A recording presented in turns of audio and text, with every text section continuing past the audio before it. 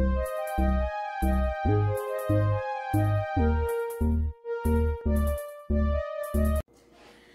guys, I'm back. It's True Crime with LC on A Taste of Nickerson's. Thank you guys for tuning in this week with me. I am bringing you another crazy true crime story. I want to start this video out by saying that I don't mean any harm to the families of the victims involved. This is all information that I collected off the internet. It's all public record. I am just simply putting it all together in a video. So, with that being said, guys, I am bringing you the story of Daniel Petric. This story is crazy. It kind of like touches home, but it is about a teenager, basically, in a video game.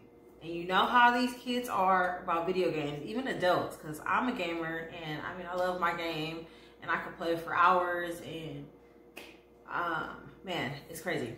So, the story about Daniel Petric.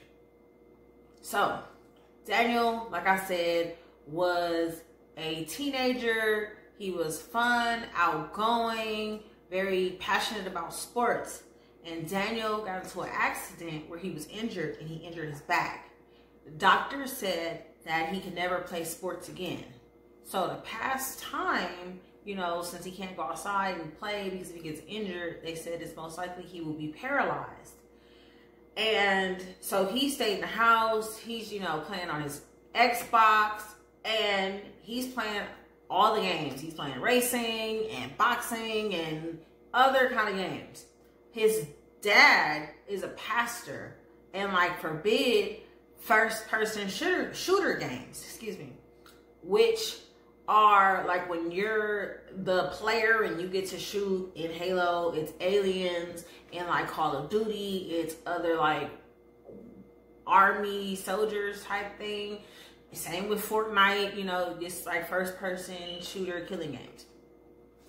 So his dad forbid him for playing these kind of games. He's like, that's out, you know, not in my house. So Daniel would always go to his friend's house and play for hours, like hours at a time. They would only get up to like eat cereal or go to the bathroom, barely slept. They were just focused on playing this game. So one day, Halo 3 came out.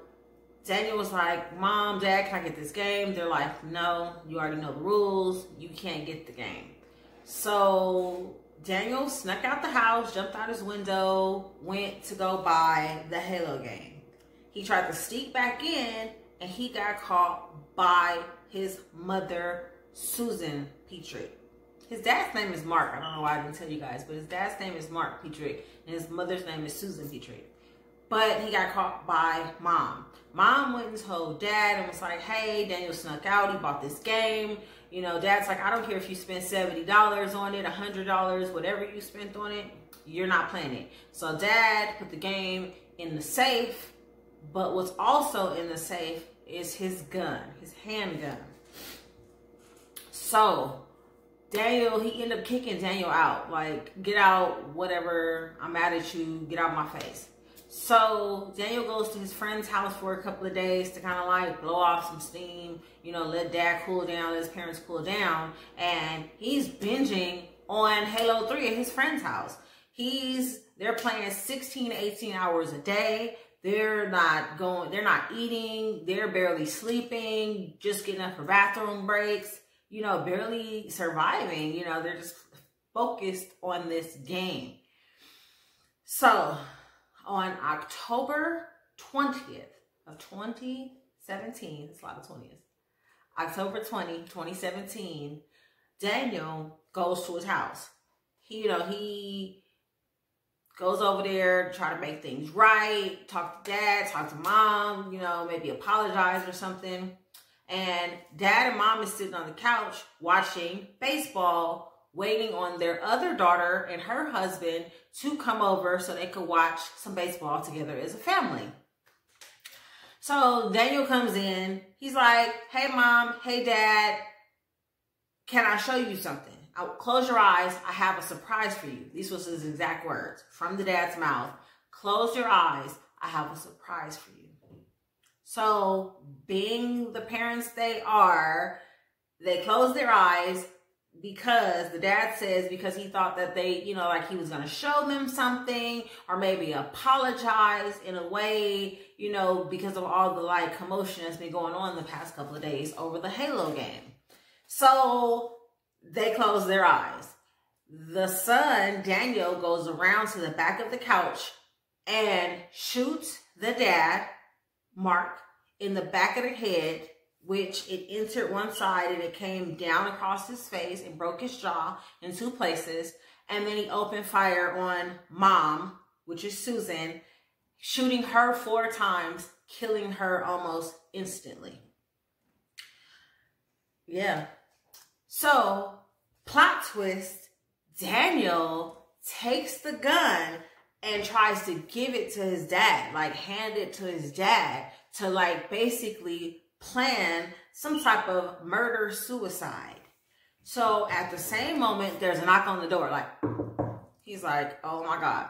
So he goes to the door and answers it. It's his sister that they, you know, the family had been expecting and her husband to come watch baseball. So he stops him at the door. He's like, no, you can't enter. Dad just shot Mom. It's crazy, whatever. So the son-in-law pushed past Daniel and enters the home where he sees a whole bunch of blood. So he tells his wife, which is Mark and Susan's daughter, to call 911. At this moment, Daniel leaves in the family minivan, takes the Halo game with him, and he's headed to Jonathan's house to play Halo 3. So he ends up getting stopped by police who basically detains him and like makes him aware that his family has been murdered. And he's acting like, oh my God, I know my dad shot my mom before I left. They were arguing and fighting and this happened. So basically, when he went back to the police station and was being questioned by authorities, he was giving the same story. Like, yes, I don't know why my dad shot my mom. You know, he was really trying to go with this murder-suicide story. But police detectives are not dumb. They're not fooled in any kind of way. They basically were like, bro, we already know the situation. We know that you killed your parents, X, Y, and Z. So Mark, the dad, actually survived his gunshot wound and he's still alive. At first, he was very angry with his son and did not want to forgive him. But in the end, he forgave his son, I'm for sure for his own peace. And he's been remarried since this happened. Daniel is serving out a life sentence. He has to serve 23 years before he's eligible for a possibility to get parole. So, yeah, I mean, tell me what you guys think. Do you think that the dad should have forgiven the son? Do you think that, what do you think, what are your opinions on these violent games when it comes to like children and them differentiating reality from video game? Please let me know down in the comments below. Make sure you hit the like, the subscribe, and the bell button to get notifications of my next videos. So I'll see you guys next time. Bye.